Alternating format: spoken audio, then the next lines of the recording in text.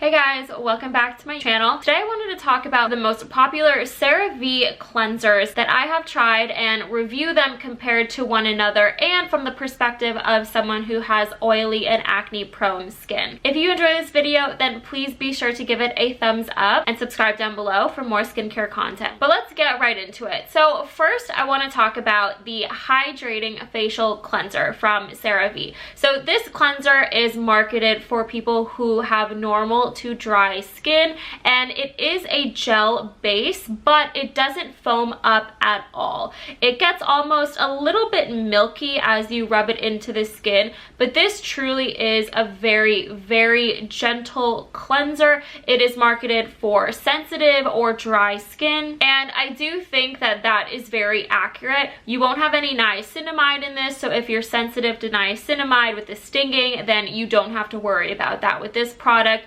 And I will say that as someone with oilier skin, while I did love that this cleanser did not make my skin sting or sensitive at all, even when I did have open blemishes, it was very gentle. I do think that it lacked a little bit in actually removing all of the dirt and oil on my skin. It felt almost like I had still a little bit of a film of oil or grease left on my skin after washing with this.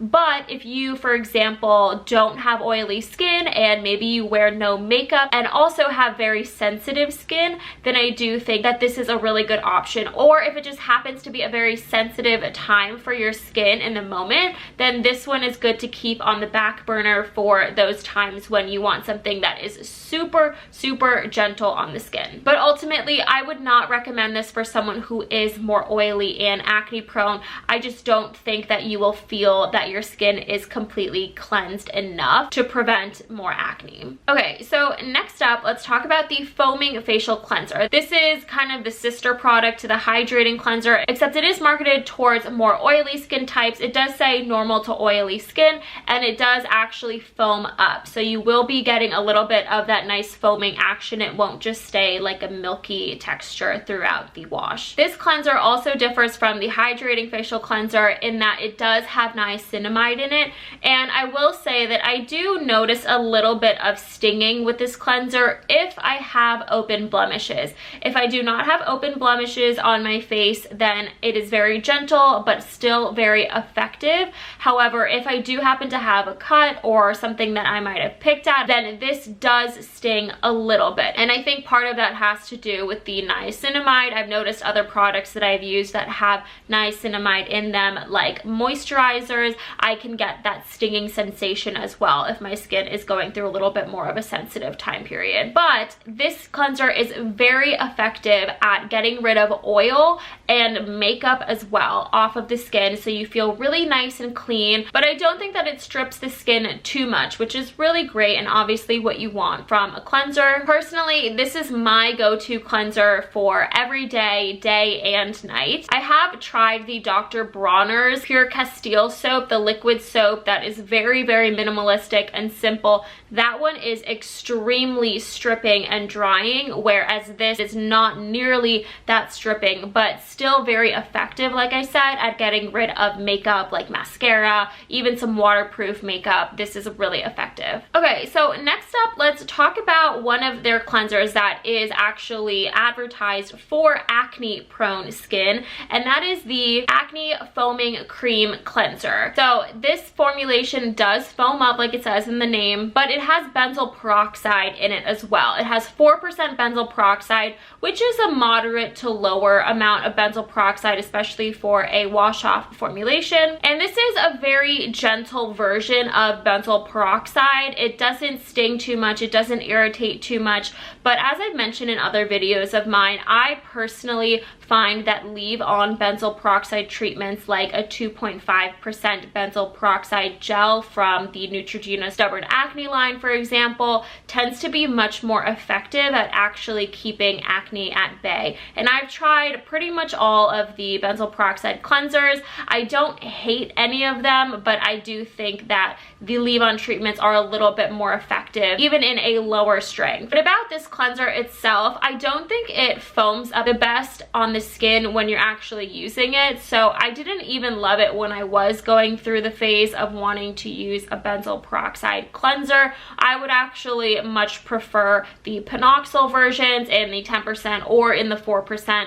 Both are very similar, but ultimately I do stick to my foaming facial cleanser, the one without the benzoyl peroxide from CeraVe, because like I said, I do follow up with the Leave On benzoyl peroxide treatment. All right, and the next cleanser that I wanted to review is a newer cleanser that CeraVe has recently come out with, and honestly, I've only tried it a couple of times, so take my review with a grain of salt, but it is the Hydrating Cream to Foam Cleanser. It's advertised for normal to dry skin, and it does come out as a cream, and it does actually foam up pretty nicely, kind of similar to the foaming facial cleanser. I think it foams up a little bit better than the benzoyl peroxide acne foaming cleanser, and this product does not have niacinamide in it, but otherwise I actually found this cleanser to be very similar to the foaming facial cleanser, the regular gel one that I do use on a regular basis. At first, when you pump it into your hands, yes, it looks more of a cream base, but as you start lathering it onto the skin, it has a very similar feeling. If I were to apply this blindfolded, I don't think I would be able to tell the difference between the two. I will say, however, I did notice a little bit of stinging when using this product, in the same way that I would feel some stinging and irritation with using the regular foaming facial cleanser, only on open blemishes. It's not too irritating, but just know that it does have a little bit of that stinging sensation, which I think must be attributed to whatever foaming ingredients that they have. But I do think it is always a little bit of a trade-off, how gentle your cleanser is going to be versus how effective it's going to be at actually removing makeup and dirt and oil. And I do think that this is just as effective as the foaming facial cleanser, so really these two are a toss-up. I'm going to continue trying it out and maybe do a follow-up review in a few weeks, but I think between this Hydrating Cream to Foam Cleanser and the foaming facial cleanser are almost one in the same. Okay, and last but not least, there is one more cleanser from CeraVe that I personally tried for my oily acne-prone skin, and that is the Renewing SA Cleanser. And this is a gel-based cleanser. It does foam up a little bit, but the main ingredient in this cleanser is salicylic acid, which is an acid that is used for acne treatment. However, it is in a fairly low concentration because they don't list it on the active ingredient portion of the label, like 2% would be listed for any other Neutrogena product that has salicylic acid in it, cleansers like that. So I would assume that this is probably in the 0.5% ballpark area, which is a very low percentage. And if you can tolerate salicylic acid, then I think this would be a really great, gentle way to incorporate it into your routine.